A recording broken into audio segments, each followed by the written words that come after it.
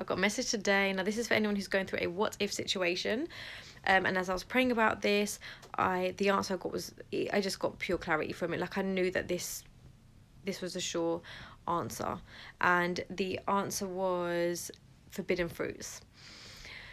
So I'm going to give 2 examples. So remember with what ifs, they're always going to seem appealing to us, okay? So if we're talking about people, I'm not talking about just appearance. I mean, chemistry, how you get along, the things you have in common. You're going to feel like it's a match made in heaven. Like, you know, why did you not ever get with that person? Or, you know, what would it have been like?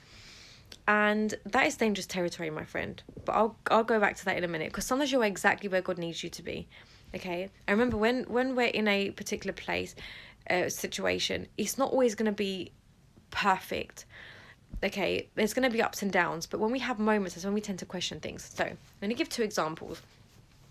So you could have taken a job, you didn't take it, you find out 6 months later that the company went bankrupt. Okay, so now there's reflecting with the intent to be grateful, like, oh, do you know what, let's say you're in a job and you're happy, you're not exactly where you want to be in that job, but you know, you're content.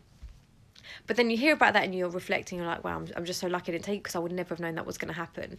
Then there's a complete opposite, my friend, where you might be having a little moment, like I said, you might be exactly where God's placed you, but then you start to question things. You start to look at the what if, and normally when you do that, it's because you always think that other thing could have been better. So taking that job example, imagine you were having a moment, a bit of an ungrateful moment, let's call it, and you didn't hear about the company being bankrupt. The likelihood is you would have been reflecting on the fantasy you had attached to that job and how much better it would be. So guys, let's just think of Matrix, the woman in the red dress, or even the Garden of Eden, okay?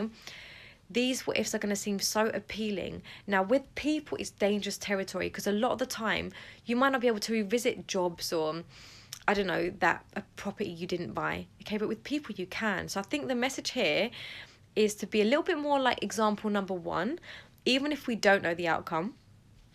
Let's say even if you didn't hear that the company went bankrupt, be a little bit more grateful. And it's important to recognize when he's placed us in a situation, accept that it's not always going to be perfect, and just don't allow yourself to be tempted. Because a lot of the times these situations can actually be very toxic. You know, you might have a fantasy attached to it, but the reality of it is very, very different, and you only know when you step in there, so you don't want to do that.